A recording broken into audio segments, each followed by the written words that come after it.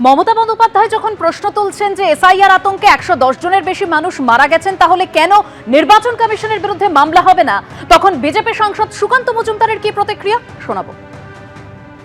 9টা জায়গায় এসআইআর হচ্ছে, 3টে কেন্দ্রশাসিত অঞ্চল আছে।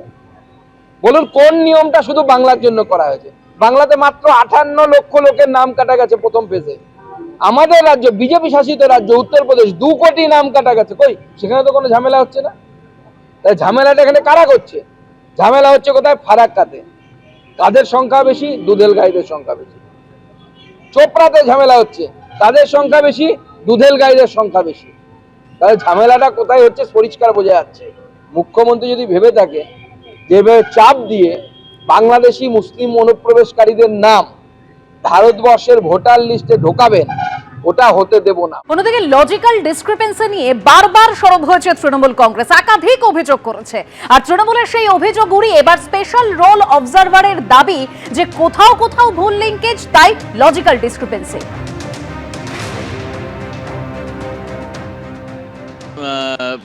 জেলায় জেলায় ঘুরে সাধারণ যারা লাইনে দাঁড়িয়ে আছেন এরকম ব্যক্তির সাথে কথা বলে দেখেছি, অনেক ক্ষেত্রেই যেটা হয়েছে যে সে ব্যক্তি বলছেন যে হ্যাঁ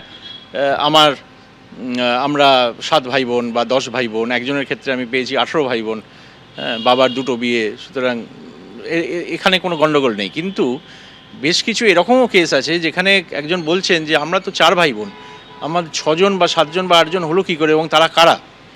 এখন এটার মানে হচ্ছে যে কোথাও না কোথাও একটি লিঙ্কেজ করা হয়েছে যেটা ভুলভাবে করা হয়েছে। এরকম কত লিঙ্কেজ আছে? এই যে ইলেকশন কমিশন যে তথ্য দিয়েছে তার উপর ভিত্তি করে বলা যায় 23 লক্ষর ওপর। মুখ্যমন্ত্রী বলছেন যে 2 কোটিরও বেশি মানুষের নাম বাদ যাবে, কি বলবেন? এটা উনি কিভাবে বলছেন আমি বলতে পারবো না, কারণ নোটিশ এখন অবধি দেওয়া হয়েছে 32 লক্ষ আনম্যাপড এবং প্রায় 1 কোটি যেটা লজিক্যাল ডিসক্রিপেন্সি, এবং আনম্যাপড যারা তাদের মধ্যে একটা অংশ হয়তো যারা লিঙ্কেজ প্রমাণ করতে পারবেন না বা যাদের কাছে কোনো না কোনো নথি থাকবে না তারা বাদ যেতে পারেন। কিন্তু লজিক্যাল ডিসক্রিপেন্সির কেসে যদি কোনো ব্যক্তি ওই ভুলটা মানে ধরিয়ে দিতে পারেন বা ভুলটা কেন হয়েছে সেটা দেখিয়ে দিতে পারেন শুনানিতে কাগজ দিয়ে, সেক্ষেত্রে তাদের নাম বাদ যাওয়ার কিছু নেই। সুতরাং যেহেতু 1 কোটি আর 32 লক্ষ এই হচ্ছে টোটাল, তাহলে অঙ্কের হিসেবে কিছুতেই এটা এই সংখ্যার বেশি তো হতেই পারে না। আর বিভিন্ন শুনানি কেন্দ্রে সাধারণ মানুষকে হয়রানির শিকার হতে হচ্ছে, এরকম একাধিক অভিযোগ সামনে এসেছে।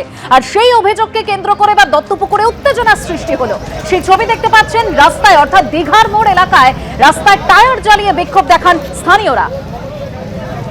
ঠিক কি কারণে তাদের এই বিক্ষোভ, কি দাবি করছেন স্থানীয়রা, বিস্তারিত আমরা জানবো আমাদের প্রতিনিধি সমীরণ পালের কাছ থেকে। সমীরণ, দেখো, যেটা অভিযোগ যেটা হচ্ছে সাধারণ মানুষের যে গভীর রাতে শুনানির জন্য তাদের কাছে বার্তা এসে পৌঁছচ্ছে, তার পরের দিন 15 কিলোমিটার অতিক্রম করে তাদেরকে বাসের 1 নম্বর ব্লক অফিসে এসআইআর এর শুনানির জন্য হাজির হতে হচ্ছে। কাউকে একবার, কাউকে 2বার পর্যন্ত শুনানিতে ডাকা হচ্ছে। অর্থাৎ শুনানির নামে সাধারণ মানুষকে হয়রানি করা হচ্ছে এবং খুব কম সময়ের নোটিশে ডাকা হচ্ছে। তার ফলে সাধারণ মানুষ সমস্যায় পড়ছে। এই কারণে আজকে দুপুরবেলা দীঘার মোড় এলাকা, সেখানে যশোর রোড দত্তপুকুর থানার অন্তর্গত, সেখানে সাধারণ মানুষ টায়ার জ্বালিয়ে প্রায় 40 মিনিটের বেশি সময় অবরোধ করে। দত্তপুকুর থানার পুলিশ ঘটনাস্থলে এসে পৌঁছয়ে অবরোধকারীদের আশ্বস্ত করে অবরোধ ওঠে।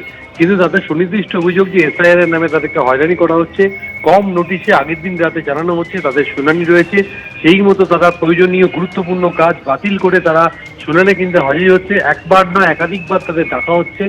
তারই প্রতিবাদে তারা অবরোধে সামিল হন। ধন্যবাদ সমীরণ। এবিপি আনন্দ, এগিয়ে থাকে, এগিয়ে রাখে।